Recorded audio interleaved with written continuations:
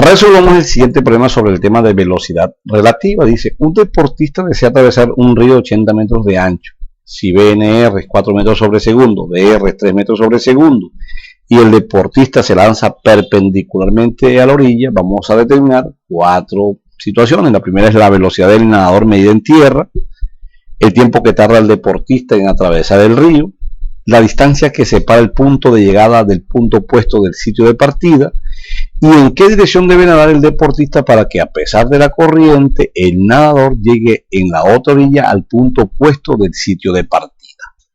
Bueno, entonces miremos estas velocidades que representan. Listo. Entonces aquí tenemos la primera, que es el primer dato que nos da el problema. Dice que es la velocidad del nadador medida por un observador en el río. Y aquí tenemos la velocidad del río medida por un observador en tierra. Y esta pues sería la velocidad que nos están pidiendo, que es la velocidad del nadador medida por el observador en tierra. Listo. Teniendo en cuenta esto, entonces esa velocidad del nadador medida en tierra no es más que la raíz de la velocidad nr al cuadrado más la velocidad r al cuadrado. Ya ustedes saben qué significa cada una de ellas.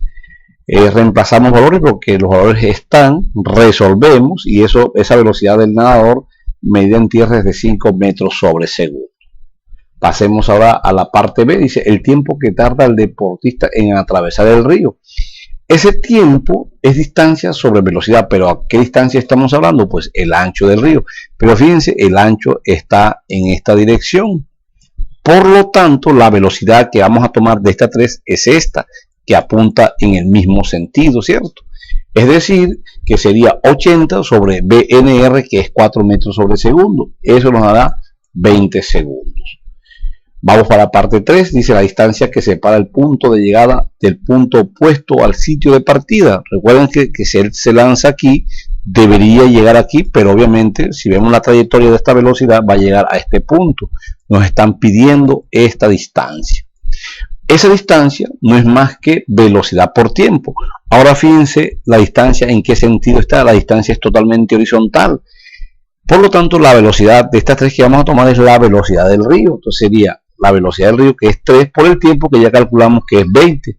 Eso nos da 60 metros. Y finalmente, ¿en qué dirección debe nadar el deportista para que, a pesar de la corriente, el nadador llegue en la otra orilla al punto opuesto del sitio de partida? Recuerden que él se lanza aquí y debe llegar ¿a dónde? Aquí. Por lo tanto, ya no puede lanzarse en este sentido, debe lanzarse en este sentido. Y vamos a calcular este ángulo beta.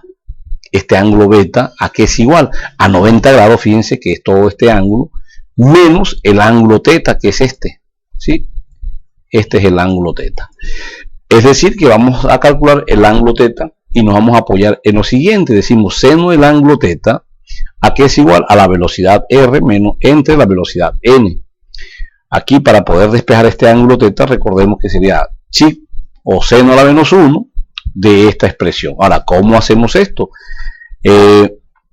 Sería chi, la tecla seno, abrimos paréntesis, 3 sobre 5, que son los valores que nos representan estos dos valores, y nos da 36.87. Por lo tanto, el ángulo beta va a ser igual a 90 menos 36.87, y eso nos dará que el ángulo beta equivale a 53.13 grados. Es decir, debe lanzarse con este ángulo río arriba para que cuando el río tenga esto, pues pueda llegar al frente donde se lanzó. Listo.